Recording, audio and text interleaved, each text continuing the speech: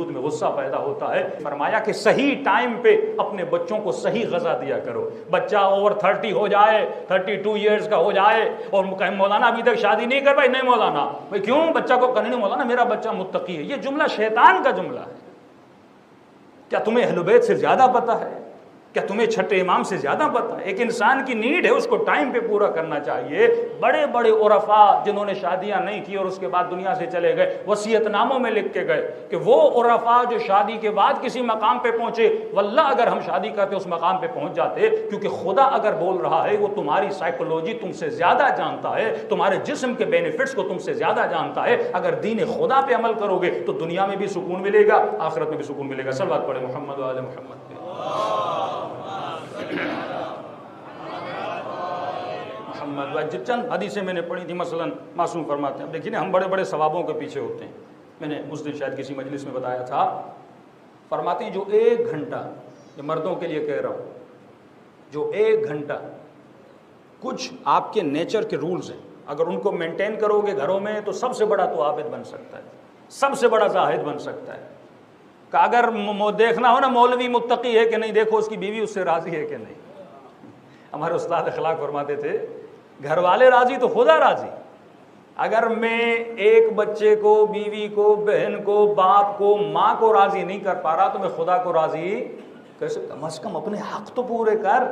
وہ جیسے حق پورے کرے گا وہ تمہاری زندگی کے اندر جتنے خلا ہیں، اسپیسز ہیں، وہ کیا ہو جائیں گے؟ فل ہو جائیں گے. فرمایا 1 گھنٹہ 1 آور جو انسان اپنی فیملی کے ساتھ گزارتا ہے. اب یہ نہیں اسے 1 آور میں بیٹھ کے قرآن پڑھنا شروع کر دیں، نہیں، سمپل سا 1 آور. ہاں اس میں آپ چائے بھی پی رہے ہو، ٹانگیں بھی سیدھی کی ہوئی ہیں، ہنسی مذاق بھی چل رہا ہے، اور اپنی فیملی کے ساتھ 1 آور گزارے بڑا ریلیکس ہو کے اپنے گھر میں. فرماتے ہیں اس 1 آور گزارنے کا ثواب یہ ہے، اس طرح 1 گھنٹہ ہے جس طرح یہ خانہ خدا کعبے کے ساتھ اعتکاف میں بیٹھا ہوا ہو. اعتکاف کا ثواب ہے بندہ جو 1 گھنٹہ اپنے گھر کے اندر گزارتا ہے. آج سوال یہ کیا میں وہ ٹائم دیتا ہوں؟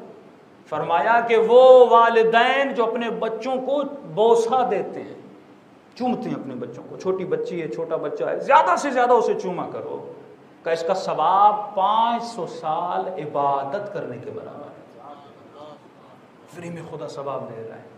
فرمایا جو اپنے محرم رشتے کو خوش کرے، خوشیاں دے اپنے محرم رشتے کو، محرم بھائی، خالہ، پھپھو، بہن، بیوی، بچی، یہ محرم رشتے ہیں آپ کے، جو ان کو خوشیاں دیتا ہے، فرمایا وہ کئی دن روزے رکھنے کے ثواب کے برابر ہے. اب ہوتا کیا ہے، میں اس بچے کو، اس بچی کو گھر میں پیار نہیں دیتا. فون آتے ہیں، شادیاں ہو جاتی ہیں، خواتین کے فون آتے ہیں، بچوں کے فون آتے ہیں، زندگیاں تباہ اور برباد ہونے کی طرف جاتی ہیں. کیونکہ اب ایک بچی ہے گھر میں جوان ہوتی ہے، اس کا باپ روڈ طبیعت ہے، ہمیشہ اس کے چہرے پہ سیریسنس ہے. مولا فرماتے ہیں علی والے کے چہرے پہ ہمیشہ کیا ہوتی ہے؟ مسکراہٹ ہوتی ہے. تو اگر کسی کو $1 صدقہ نہیں دے سکتا نا، اس کے چہرے کو دیکھ کے مسکرایا کر. یہ تمہاری ہنسی اس کے وجود میں کیا پیدا کرتی ہے؟ خوشی پیدا کرتی ہے. معصوم فرماتے شوہر جب گھر میں آئے تو بیوی کو کھلے ہوئے پھول کی طرح ہونا چاہیے. یہ جیسے اس کے چہرے کو دیکھے اس کی ساری تھکاوٹ اتر جائے. یعنی جیسے گھر میں آئے. پیار اور محبت میں میرے چھٹے ماں فرماتے ہیں پہل عورت کو کرنی چاہیے. یہ بولے کہ مولانا مجھے شرم آتی، نہیں، معصومین کا فرمان ہے. مرد تھکا ہوا ٹوٹا ہوا بزنس سے آتا ہے، پہل کسے کرنی ہے؟ اس خاتون کو کرنی ہے اپنے شوہر کی طرف. فرمایا جیسے یہ نہیں کہا کہ مرد گھر میں آئے تو اس کا چہرہ کھلا ہوا ہونا چاہیے پھول کی طرح، نہیں، عورت کا چہرہ پھول کی طرح کھلا ہونا چاہیے، تاکہ جیسے گھر میں آئے اس کو ایک پازیٹیو انرجی ملے. یہ جیسے اپنی بیوی کو دیکھے اس کے سارے درد، اس کے ساری باہر کی پریشانیاں کیا ہو جائیں؟ دور ہو جائیں. اور اس مسکراہٹ کے بدلے میں خدا اس شوہر کے دل میں تمہاری محبت کو ڈال دیتا ہے. اب ہوتا کیا، یہ نہیں ہوتا. ہمارے ایک دوست ہیں مشہد کے رہنے والے، ایک خاتون نے UK سے فون کیا کہ مولانا آپ فلاں مولانا کو جانتے؟ میں نے کہا دور دور سے واقفیت ہے. میں نے کہا کیا؟ کہ مولانا ان کے دم درود میں بڑا اثر ہے. میں نے کہا وہ کیسے؟ کہ شوہر مجھ سے محبت نہیں کرتا تھا اور مولانا نے میرے پاس ایک چیز بھیجی اور اس کے بعد تو ماشاءاللہ گھر میں بڑا محبت کا ماحول ہے. میں نے کہا کیا بھیجا؟ کہ مولانا چینی بھیجی ہے. اچھا ماشاءاللہ. اب مجھے پتا ہے سائیکولوجیکلی پوائنٹ تھا. میں نے کہا چینی کس لیے؟ مولانا بولا کہ شوہر کو چائے وائے میں ملا کے پلاؤ، بے تحاشا محبت ہو جائے گی. میں نے کہا بندے خدا کتنا دیا تم نے؟ کہ مولانا 500 پاؤنڈ. اب دو ہی مولوی زندہ رہ پاتے ہیں، ایک مجلس والا، دوسرا تعویذ والا، دوسرا جو بیچارہ ہے وہ تو ادھر ادھر گھومتا رہتا ہے۔ میں نے کہا 500 پاؤنڈ ایک آدھا کلو چینی کے۔ اب میں نے اس سے سمجھایا، میں نے کہا دیکھو اگر تو فرامین اہل بیت پہ عمل کرتی تو چینی کی ضرورت مثلا نہ پڑتی، پہلے تو خود کو صحیح کر۔ اگر سب کچھ انسان کر رہا ہے اس کے بعد کچھ نہیں ہو رہا تو پھر یہ ہیلے وسیلے ہوتے ہیں۔ میں نے کہا یقیناً مولانا نے پوچھا ہوگا تمہارے شوہر کو کیا پسند ہے؟ کہا کیا بولا؟ کہا چائے۔ میں نے کہا ٹھیک ہے۔ میں نے کہا چینی ختم ہو گئی پھر کیا کرو گی؟ کہ مولانا پھر اور چینی ایران سے منگواؤں گی۔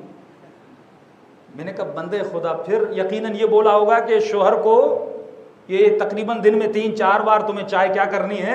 پلانی ہے۔ میں نے کہا اب دیکھ سائیکولوجیکلی ایفیکٹ کیا ہے۔ ایفیکٹ یہ ہے کہ پہلے تمہارا شوہر تھکا ہوا ٹوٹا ہوا گھر آتا تھا، اسے 10 بار بولنا پڑتا تھا کہ بھائی میرے لیے ایک چائے کا کپ لاؤ، سر میں درد ہے۔